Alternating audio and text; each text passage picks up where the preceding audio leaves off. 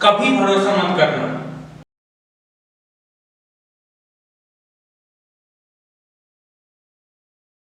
सही सुना, मैंने सही कहा, यही कहा कि कभी भरोसा मत करना। ऐसी कंपनीज में ऐसे ही कभी भरोसा मत करना।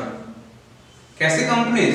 जो भी कंपनीज आपको मेरे थंबनेल में दिखी है, उन कंपनीज पे कभी भी बिना मतलब भरोसा मत करना। क्यों? क्योंकि ये कंपनीज हो सकती हैं कि एज ए न्यू स्टार्टअप आपको एक नया रास्ता दिखा दें, जिससे आप कुछ पैसे कमा सको एंड आप कुछ स्किल्स नया सीख सको, जिससे आप अपना करियर ग्रोथ कर सको। इसीलिए कभी भी ऐसे कंपनीज पर भरोसा मत करना। मैं हूं अर्पण पाठक, मैं एक स्टूडेंट हूं और एक एफिलिएट मार्केटर हूं एंड मैं एक एफिलिएट हूं इनमें से किसी एक कंपनी में, जिसके बारे में आप देख सकते हो मेरे इंस्टाग्राम हैंडल्स पे। क्या ये कंपनी स्कैम है? वो डिसीजन लेना आपका है, क्योंकि अगर मेरा डिसीजन होता तो मैं ये कर नहीं रहा होता। तो पहले तो ये समझते हैं कि इन्हें स्कैम क्यों बोला जाता है। सबसे पहले तो जब हवाई जहाज बना था तो आपको क्या लगता है क्या हुआ था? लोगों ने तारीफ की थी, जिसने भी ये आइडिया लगाया कि हम उड़ेंगे, लोग हवा में उड़ेंगे, लोगों ने तारीफ की, अरे वाह क्या दिमाग लगाया है, क्या आइडिया निकाला कि लोग हवा में उड़ेंगे। नहीं ना, क्या कहा होगा, अरे पागल है क्या, कौन पी रखी है क्या तूने, सस्ते नशे कर रखे हैं, लोग इंसान हवा में उड़ेंगे। लेकिन क्या हम अभी हवा में उड़ते हैं? लोग ट्रैवल जरूर करते हैं एयरप्लेन से। बहुत सिंपल चीज है, लोगों को चेंज से अडैप्ट होने में थोड़ा टाइम लगता है एंड किसी भी काम को करने का सिर्फ एक तरीका नहीं हो सकता है। अभी जो मैं वीडियो रिकॉर्ड कर रहा हूँ वो कैमरा से रिकॉर्ड कर रहा हूँ, बट क्या मैं इसे फोन से रिकॉर्ड नहीं कर सकता? अब कोई इसे कहे कि यार बिना कैमरे के तो रिकॉर्डिंग ही नहीं होगी, एंड उस टाइम में लोग तो ये भरोसा कर लिए होते हैं, लेकिन जिसने फोन के बारे में सोचा होगा उसने सोचा होगा कि नहीं यार हम बिना कैमरे के भी रिकॉर्डिंग तो कर सकते हैं। तो क्या उस टाइम में लोगों ने मजाक नहीं बनाया होगा? ऑफ कोर्स बनाया होगा। तो पहले ये समझते हैं कि मुझे क्यों नहीं लगता कि ये सब स्कैम्स हैं। सबसे पहला चीज, एफिलिएट मार्केटिंग दो तरह से हो सकती है, ठीक है।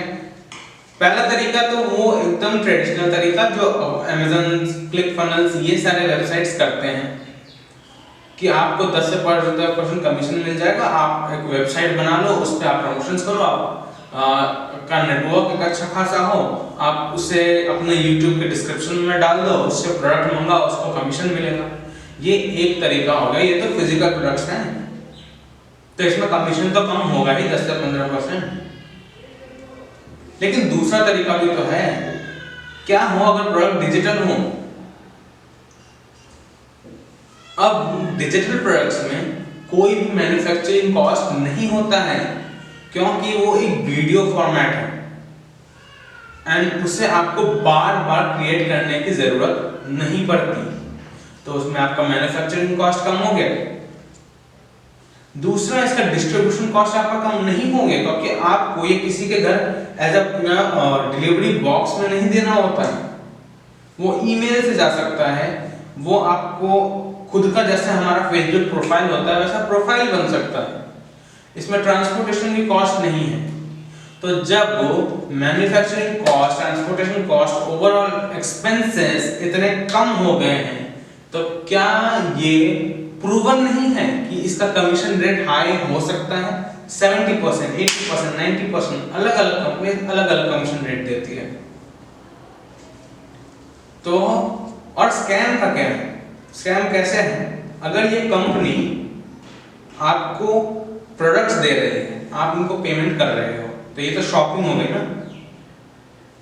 अब वहीं Amazon से आपने सामान मंगा लिया, एक घड़ी मंगा ली, आपने उनको पेमेंट कर दिया, तो क्या स्कैम है? ये शॉपिंग हो गई। अब हम समझते हैं कि हमें इन पर भरोसा, मैंने क्यों कहा कि भरोसा नहीं करना चाहिए।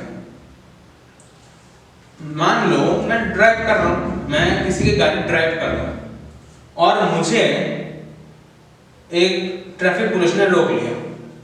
अब वहां मैं उसे कहूंगा कि मेरा नाम अर्पण है, ये गाड़ी मेरी ही है, तो क्या वो मेरा भरोसा कर लेगा? वो मुझे बताएगा अच्छा अगर तुम्हारा नाम ये है तो अपना ड्राइविंग लाइसेंस दिखाओ, तुम अपना आरसी बुक दिखाओ, वहां भी सर्टिफिकेट चाहिए ना खुद को प्रूफ करने के लिए, खुद को नहीं सॉरी उस ट्रैफिक मैन को पुलिस को प्रूफ करने के लिए कि आपका ही नाम, मेरा ही नाम अर्पण पाठक है, ये गाड़ी मेरी ही है, उसे भी प्रूफ करना होता है ना, उसके लिए सर्टिफिकेट्स होती हैं। तो इसी तरह किसी भी कंपनी को समझने के लिए कि वो एक्चुअल कंपनी है, उनके भी तो सर्टिफिकेट्स होने चाहिए, एंड आप उन सर्टिफिकेट्स को देखो तभी तो आप 100% श्योर हो सकते हो कि वो एक जेन्युइन कंपनी है। पता है कि सर्टिफिकेट नकली भी बनाई जा सकती है, लेकिन क्या उसके लिए थोड़ा रिसर्च नहीं किया जा सकता कि कौन सा जो पेपर है वो असली है और कौन सा नकली है? बात यह है कि लोग आलसी हो चुके हैं एंड वो मेहनत नहीं करना चाहते, वो अपना वो टाइम लगाना नहीं चाहते कि उन्होंने देखा एक कंपनी है वो कुछ दावा कर रही है तो वो कितनी सही है और कितनी गलत है। और इधर से ही लोग एक थ्योरी बनाने लगते हैं कि अगर मुझे ये चीज समझ नहीं आई तो ये चीज ही गलत है। अगर आप भी उनमें से हो तो आपको मैं यही कहूंगा कि किसी भी चीज के ऊपर टिप्पणी करने से पहले आप उसके बारे में अच्छे से समझ लो एंड उसके बाद लोगों को उसके बारे में बताओ, क्योंकि गलत बातें सब बताते हैं, सही बात के ऊपर खड़े रहने की हिम्मत ज्यादातर में नहीं होती। और ये वीडियो अगर आप यहाँ तक देख रहे हो तो इसका मतलब आपको समझ आ रहा है कि मैं क्या कहना चाहता हूँ। तो इस वीडियो के लिए बस इतना ही, एंड मैं फिर से कहूंगा कि डिसीजन मेकर्स आपको कंपनी स्कैम है या नहीं है, या कोई भी तरीका स्कैम है कि नहीं है, गलत है सही है, वो डिसीजन लेने वाले आपको, उस डिसीजन से जो भी रिजल्ट होगा वो आपको मिलने वाला है, किसी और को नहीं मिलने वाला है। लोग बहुत सारी बातें बोलेंगे, अगर आप सबकी सुन के डिसीजन लेते रहोगे आप ये कभी नहीं कह सकोगे कि यार इनके कारण मेरा रिजल्ट खराब हो गया। कोई ये बात सुनने के लिए तैयार नहीं होगा, लास्ट में आपको वो यही बोलेंगे लेकिन डिसीजन तो तुझे ही लेना था। Well, that's it for this video। आपको मिलता हूं मैं अगले वीडियो में किसी अलग टॉपिक के साथ।